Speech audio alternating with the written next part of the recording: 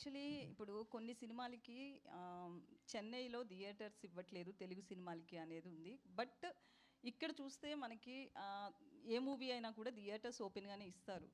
ఆ స్టార్కున్న fan following కావచ్చు, దేన్నొక దాన్ని బేస్ చేసుకుని. దీనికి ఏం చెప్తారు? కొంతమంది అక్కడ మనకి మన మూవీస్కి థియేటర్స్ రావట్లేదు అనేది ఒక నెగిటివ్ టాక్ కూడా ఉంది. ఎందుకంటే దివాళీకి మనకి ఇక్కడ చాలా మూవీస్ వస్తున్నాయి.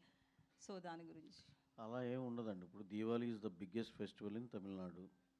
ఓకే. అక్కడ కంపారిటివ్గా మనకన్నా థియేటర్స్ నెంబర్ తక్కువ. థియేటర్స్ మనకి 1800 ఎంత ఉన్నాయి, అక్కడ ఉన్న 600 700 ఇఫ్ ఐఎమ్ రైట్, లేకపోతే మ్యాక్సిమం 800 ఉంది. సో ఇప్పుడు ఒకటేనండి, ఇప్పుడు సినిమాలన్నీ రిలీజ్ అవుతాయి. ఒకటేమో X number of theatres YZ అలా క్యారీ చేస్తున్నాయి అన్ని సినిమాలు. ఫస్ట్ డేకి టాక్ని బట్టి అవి అడ్జస్ట్ అయిపోతూ ఉంటాయి. You give the best content, పెద్ద హిట్ కంటెంట్ ఇవ్వు, తీసుకెళ్ళు. అంతేగాని ఊరికి నేను థియేటర్లు రావట్లేదు అవన్నీ, that is not like that. అంటే ఇప్పుడు మనకు ఒక రూల్ ఉంది, పొంగల్ టైంలో ఓకే వీ హ్యావ్ సమ్ ఇది అట్లా. ఇప్పుడు ఇదంతా అందరికి ఓపెనే కదా, that is not like that.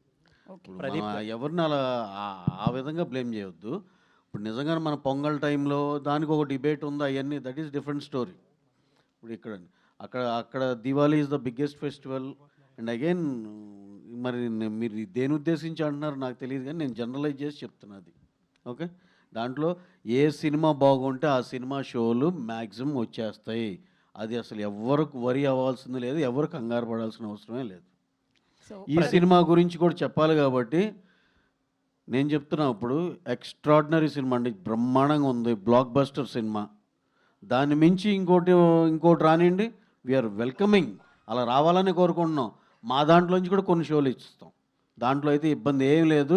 మేము ఎన్ని షోలు వేసుకున్నాం సరే, నిజంగా దాన్ని దాటి ఎక్స్ట్రాడినరీ కంటెంట్ ఏమైనా ఉంటే కనుక నేను సభాముఖంగానే చెప్తున్నా, అదే మన అందరు జర్నలిస్టుల ముందులే, మా దాంట్లోంచి కూడా కొన్ని షోలు ఇస్తాం. That won't be a problem అండి అసలు.